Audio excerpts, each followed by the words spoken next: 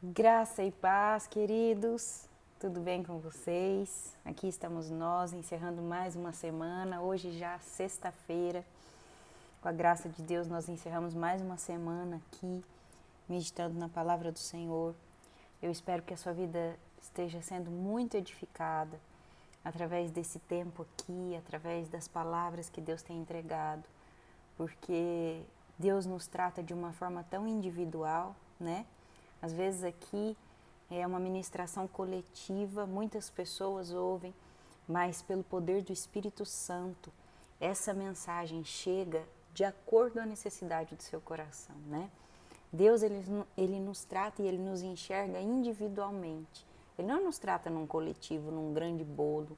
Ele enxerga você, Ele enxerga o seu problema, Ele enxerga a sua dor. E Ele usa a palavra dEle para ir de encontro à necessidade, para trazer as respostas que você precisa. Amém?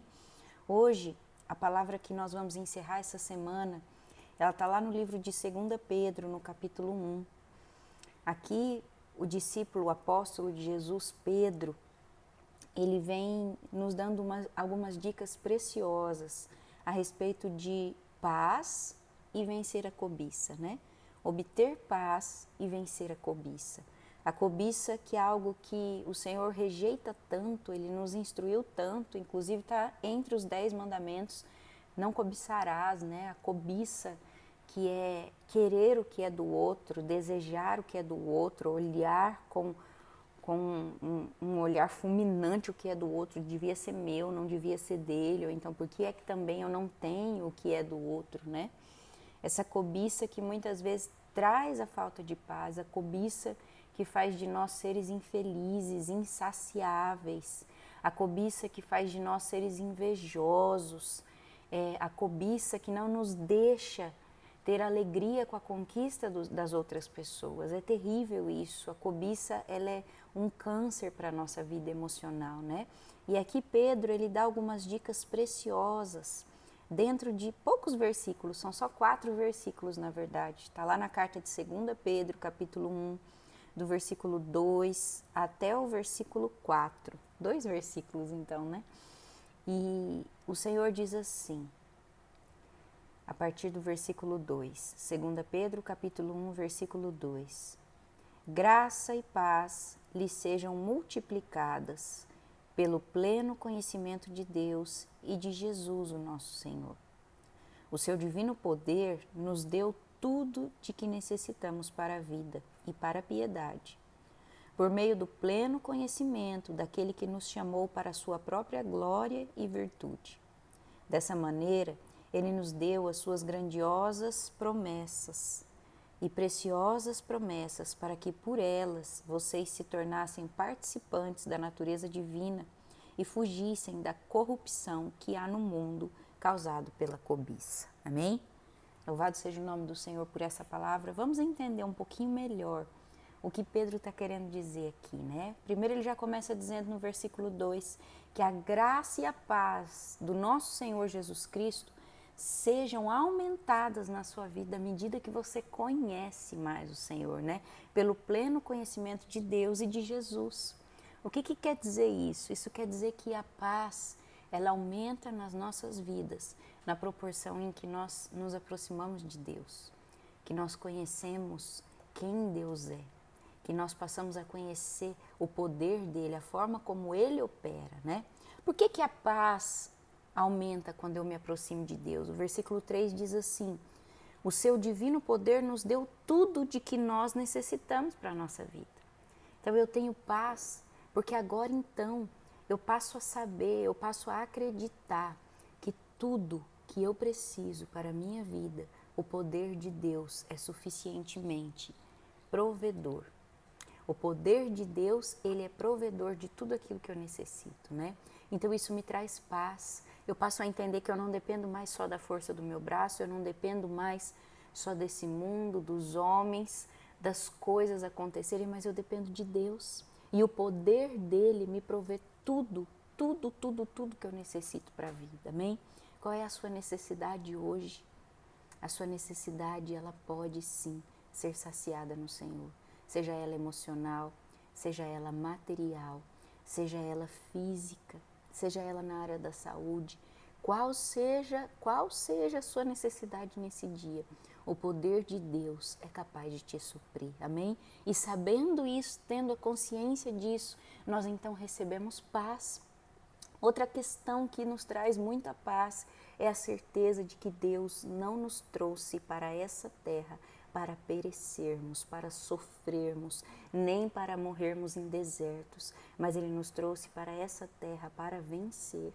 A certeza de que Deus tem um plano para você, desde que Ele te formou no ventre da sua mãe, Ele te colocou lá. Você não é um acidente, você não nasceu de um acaso, você não nasceu, você não foi um acidente do universo, não. A sua vida ela foi planejada por Deus e desde que Ele te gerou no ventre da tua mãe, antes mesmo da tua mãe saber que você estava dentro do ventre dela, Ele já sabia que você estava lá e Ele tinha um plano para você. E Ele deixa claro aqui, né? O versículo 3 ele fala assim: por meio do pleno conhecimento daquele que nos chamou para a glória. O Senhor nos chamou para vencer. Quando então eu entendo que o Senhor me chamou para vencer, eu também entendo que todas as coisas cooperam para o meu bem. Todas as coisas cooperam para o bem daqueles que amam a Deus. E aí eu começo a entender que a minha vida ela não se resume só em derrota, em dias ruins, mas que a derrota e os dias ruins, eles cooperam para a vitória que Deus tem para me entregar. E isso me traz paz. Então, continuando aqui, no versículo 4, ele fala assim: dessa maneira, Ele nos deu as suas grandiosas e preciosas promessas, para que por elas vocês se tornassem participantes da natureza divina e fugissem da corrupção que há no mundo, causada pela cobiça. Olha só, sabe o que é que nos protege da cobiça? O conhecimento das promessas de Deus para mim. É mais ou menos assim, para você entender. O meu Deus, Ele tem tanta coisa boa vindo na minha direção, tanta coisa boa que atende exatamente as necessidades do meu coração. O meu Deus, no seu infinito poder, na sua infinita misericórdia, Ele tem tantas bênçãos reservadas para mim, né? Ele diz assim, grandiosas e preciosas promessas na minha direção, para mim. Pessoalmente, Ele me conhece, Ele me chama pelo nome. Você precisa crer nisso, declarar isso todos os dias. O meu Deus me conhece. Ele me enxerga de lá onde Ele está, Ele conhece o meu nome, Ele sabe a minha dor, Ele sabe o que eu estou passando. E as promessas dEle estão na minha direção. O Senhor, Ele tem promessas para você, grandiosas e preciosas promessas. E quando eu tomo conhecimento dessas promessas, então eu sou livre da cobiça, né? Porque a cobiça é querer o que é do outro, a cobiça é invejar o que está na vida do outro, a cobiça é se entristecer com o bem que acontece na vida do outro.